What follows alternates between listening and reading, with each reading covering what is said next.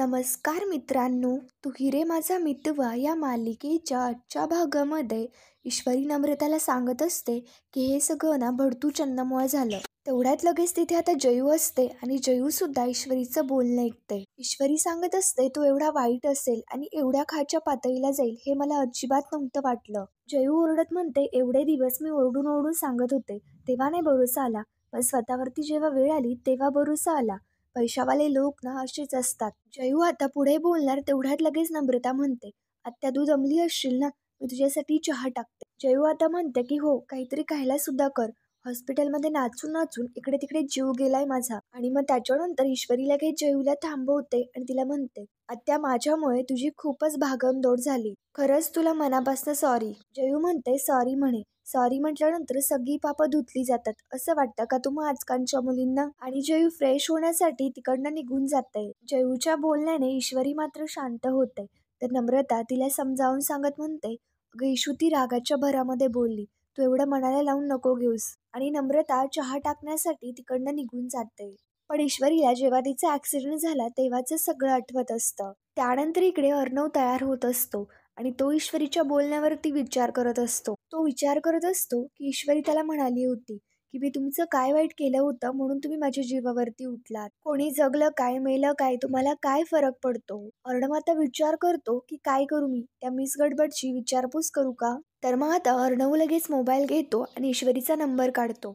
पण मात्र त्याला ईश्वरीचं बोलणं आठवत असतं की तुम्ही हा ऍक्सिडेंट स्वतःहून घडवून आणलात आणि आता ही अशी नाटकं करायला तुम्ही इथे आलात का? अर्णव फोन लावायला लागतो पण मात्र तो मध्येच शांत होतो, कारण की त्याला ईश्वरीचं हॉस्पिटलमधलं बोलणं आठवत असतं आणि त्या बोलण्याचा विचार करता अर्णव शांत होतो. अर्णवला ईश्वरीच्या बोलण्याचा त्रास देखील होत असतो. पण मात्र नंतर अर्णव ईश्वरीच्या काळजीपोटी विचार करत असतो की मेसेज करू का मी तिला? आणि अर्णव ईश्वरीला मेसेज टाईप करतो. पण मात्र तो ईश्वरीच्या बोलण्याचा विचार करत असतो. त्या गोष्टीचा त्याला त्रास होत असतो म्हणून तो मेसेज अर्णव सेंडच करत नाही. आणि मग अर्णव विचार करतो आणि परत तो मेसेज खोडून दुसरा मेसेज टाईप करू लागतो की हे बघ, हे सगळं मी केलेलं नाहीये. आणि तो सुद्धा मेसेज सेंड करायचा की नाही याचा अर्णव विचार करू लागतो. पण मात्र तरी सुद्धा तो मध्ये शांत होतो आणि मेसेज सेंडच करत नाही. अर्णव आता फुल टेन्शन मध्ये असतो. तेवढ्यात लगेच तिथे अंजली येते आणि ती अर्णवला पाहते. अर्णवाचा टेन्शनमध्ये हे पाहता तिला सुद्धा खूप वाईट वाटत असतं. त्याच्यानंतर अंजली अर्णवकडे येते आणि त्याला म्हणते की चिंटू तू खूप रेस्टलेस दिसतोय, तुला मी असं अस्वस्थ कधीच नाही पाहिलं. आता त्याच्यानंतर अर्णव म्हणू लागतो, ताई साहजिकच आहे, त्या मिस इंदोरवरती माझा किती जरी राग असला तरी सुद्धा मीच तिला पाठवलं होतं आणि ही गोष्ट मी नाकारू नाही शकत. अंजली आता म्हणते, तुला त्या गोष्टीचा गिल्टी फील होतंय का? अर्णव सांगत असतो, आय डोंट नो, मला नाही कळतंय की मला काय होतंय ते. अंजली आता म्हणते, चिंटू मी तुला एक सुचवते, बघ तुला पटतंय का? हे असं अस्वस्थ बसण्यापेक्षा मनात जे काय आहे ना ते बोलून टाक, तुलाच हलकं वाटेल. म्हणजे बघ, आत्ताच्या पॉइंटला मला तरी हेच योग्य वाटतंय. मनात जर एखाद्या गोष्टी ठेवल्या ना तर गैरसमज वाढतात, पण त्या बोलून टाकलं ना की ते लगेच दूर होतं. अर्णव त्याचं ब्लेझर घेतो आणि जाऊ लागतो. तर अंजली त्याला थांबवत विचारते की ईश्वरीकडे निघालायस का? तर अर्णव सांगतो की नाही, ऑफिसला चाललोय. आणि अर्णव लगेच तिकडनं निघून जातो. अर्णवची ही अवस्था पाहता अंजलीला सुद्धा खूप वाईट वाटत असतं आणि ती स्वतःशी विचार करते की चिंटू तुला या गोष्टीचा त्रास होतोय आणि मला सुद्धा ती गोष्ट चांगलीच कळतीये. त्यानंतर इकडे ईश्वरीच्या पायाला लागलेलं असतं आणि तरी सुद्धा ती चालण्याचा प्रयत्न करत असते.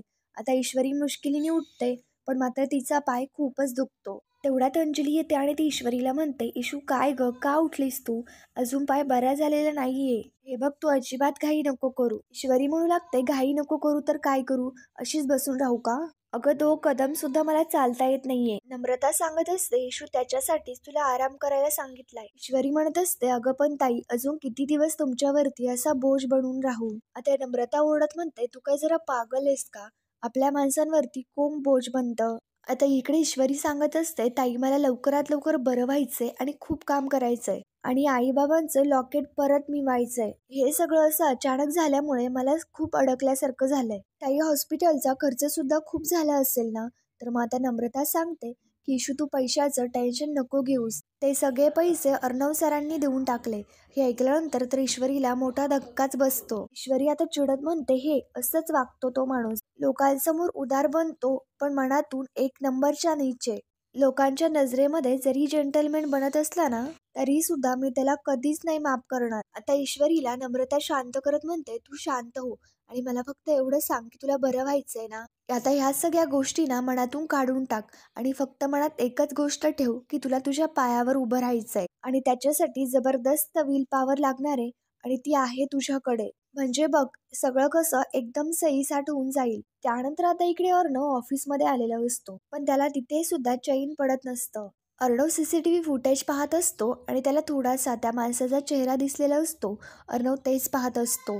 तेवढ्यात लगेच तिथे लावण्य येते. लावण्य अर्णवला आवाज देते, पण त्याचं लक्ष नसतं. मग त्या लावण्य म्हणते की यार काय चाललंय, लक्ष कुठे? अर्णव लावण्यावरती चिडत म्हणतो, माझं लक्ष कुठे? याच्यावरती लक्ष ठेवण्यासाठी येतेस का ऑफिसमध्ये? आता लावण्या तिची फाईल ठेवते आणि तिकडनं जाऊ लागते. अर्णव तिला थांबवतो, तिच्याजवळ बोलवून घेतो.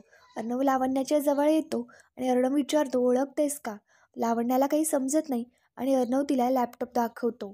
लावण्याचं लक्ष लॅपटॉपमध्ये जाताच त्या माणसाचा चेहरा पाहता तिला मोठा धक्काच बसतो आणि ती घाबरून जाते. लावण्य सांगते की नाही बघितलं. अर्णव म्हणू लागतो, एक्झॅक्टली, मी सुद्धा याला कधीच बघितलेलं नाहीये. लावण्य विचारते, कोण आहे हा? तर अर्णव सांगतो, ईश्वरीला रंगपंचमीच्या दिवशी गाडीमधनं घेऊन जाणारा ड्रायव्हर आहे. हा क्रिमिनल आहे आणि याचा पोलीस रेकॉर्ड आहे. दिस इज व्हेरी सिरियस मॅटर. एक माणूस बंगल्यामध्ये सुद्धा शिरतो, आपल्याच एम्प्लॉईला आपल्याच गाडीतून घेऊन जातो. हा कोण आहे आणि याचे इंटेन्शन काय आहे हे शोधून काढायला हवं. लावण्य अर्णवला असं दाखवत असते की तिला काही माहीतच नाहीये, पण अर्णवला ही सगळी इन्फॉर्मेशन मिळत असते.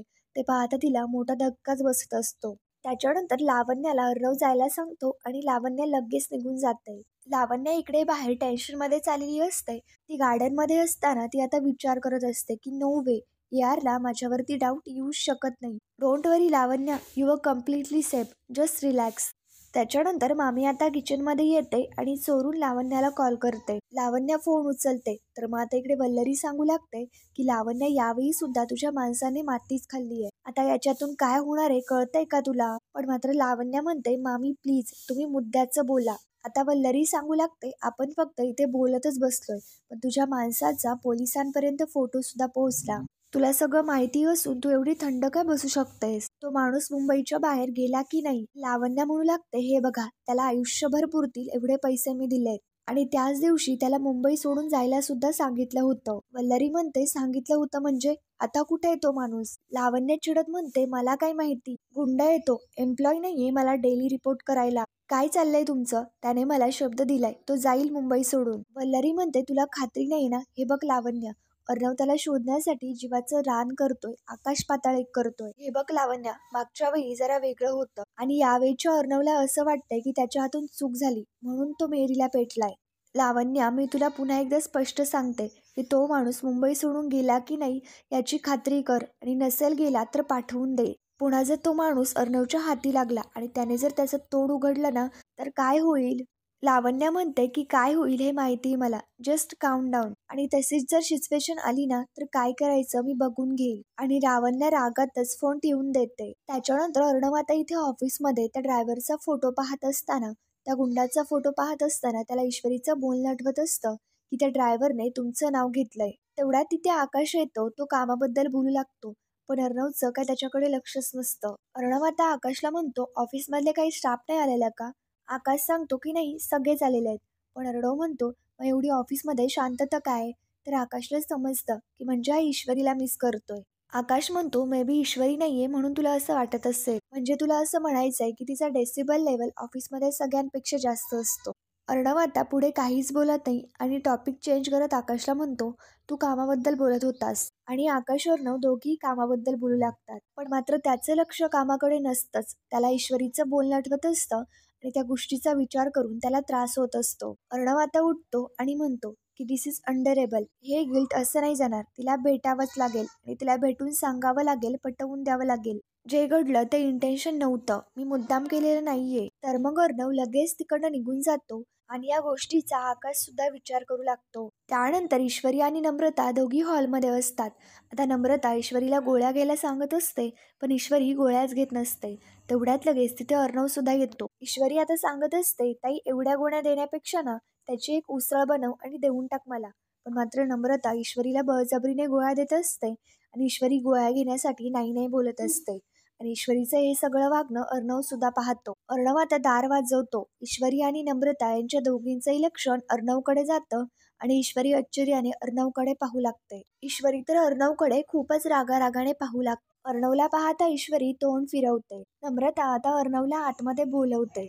आता अर्णव ईश्वरीच्या जवळ येतो आणि ईश्वरी म्हणते, ताई यांना कदाचित ना आवडणार नाही, पण यांना सांग की मी हळूहळू बरी होतीये आणि तेच बघायला आले असेल ना तर त्यांना जायला सांग, कारण त्यांना सहन होणार नाही मी बरी होतीये ते. त्याच्यानंतर नम्रता ईश्वरीला शांत करत असते, पण नम्रता ईश्वरीचं काहीच नाही ऐकत आणि तिला सांगते, ताई तू प्लीज शांत हो. अर्णव आता ईश्वरीला बोलू लागतो, मिस इंदोर ऐक माझं. लहान मुलांसारखी स्टुपिड बडबड करून झाली असेल तुझी तर माझं नीट ऐकून घेशील का प्लीज. माझी सुद्धा एक बाजू आहे आणि ती तुला ऐकावी लागेल. ईश्वरी तोंड फिरवून अर्णवकडे उभी असते, पण आता नम्रता इकडे ईश्वरीला सांगते, ईशू ते काय बोलताय ते निदान ऐकून तरी घे. पण ईश्वरी सांगते की ताई मला काहीच नाही ऐकून घ्यायचं, मला इथून उठता येणार नाही म्हणून. कान बंद करायचं एखादे स्विच असतं ना तर मी कानच बंद केले असते. अर्णव सांगू लागतो, तुझ्या कानाचं नाही माहिती पण तुझ्या मेंदूचा स्विच नक्कीच ऑफ आहे. मूर्ख मुली जरा विचार कर ना, मला तुझा ऍक्सिडेंट करायचा असता तर ड्रायव्हरला मी माझंच नाव का घ्यायला सांगितलं असतं.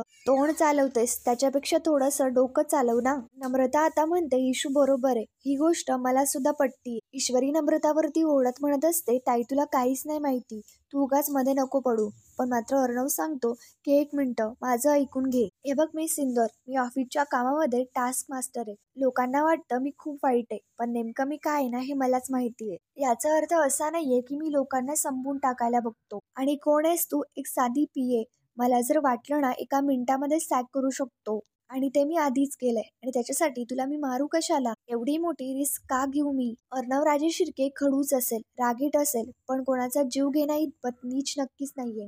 तेवढ्यात तिथे जयू येते आणि ती सुद्धा अर्णवचं बोलणं ऐकते. आता अर्णवच्या बोलण्याने ईश्वरी सुद्धा शांत असते आणि त्याच्यानंतर ती आश्चर्याने अर्णवकडे पाहत असते. तर मग जयू लगेच आता बोलते, नीचपणा करून झाल्यानंतर हे सगळं बोलण्यामध्ये अर्थ काय? जयू अर्णवकडे येते आणि सांगते की माझ्या पोरीच्या जीवावरती उठलात तुम्ही. अर्णव सांगत असतो, हे बघा नक्कीच मोठं मिसअंडरस्टँडिंग झालंय. जयू सांगत असते, तुमच्यासारख्या श्रीमंत माणसांसाठी दुसऱ्या माणसाचा जीव म्हणजे ही काही खूप मोठी गोष्ट नाहीये. हिची तुम्हाला जरा जरी पर्वा असती ना तर अशा बिघडलेल्या गाडीमध्ये पाठवलं नसतं तुम्ही. तुमच्यासाठी काम करणाऱ्या माणसांची साधी एवढी सुद्धा काळजी घेता येत नाही तुम्हाला. इशूची ही सगळी अवस्था झाली ना ती फक्त तुमच्यामुळे झाली. अर्णव शांतपणे जयूचं सुद्धा बोलणं ऐकतो आणि त्याच्यानंतर त्याला याच्यामुळे खूप वाईट वाटू लागतं. तर आता मित्रांनो, पुढील भागामध्ये आपण पाहणार आहोत, जयू म्हणत असते, एवढं सगळं करून खुशाल इथे येतात आणि तुमची काही चुकी नाहीये हे सांगायला. इकडे आता ईश्वरी म्हणते की आत्या थांब. ईश्वरी उठायला लागते पण मात्र तिचा पाय सटकतो. ईश्वरी पडणार तेवढ्यात लगेच अर्णव तिला पकडतो. ईश्वरी जयूला सांगू लागते, एका साध्या एम्प्लॉईच्या काळजीपोटी ते घरी आलेत हे त्यांचा मोठेपणा आणि अर्णव सरांचा असा अपमान झालेला मला आवडणार नाही. अर्णव सुद्धा आश्चर्याने ईश्वरीकडे पाहू लागतो. ईश्वरी आता अर्णवला म्हणते, याचा अर्थ असा नाही की मी तुम्हाला माफ केलंय. तर आता मित्रांनो, पुढील भागांच्या डेली अपडेटसाठी आमच्या शिव मराठी या चॅनलला लगेच सबस्क्राईब करा. थँक्यू.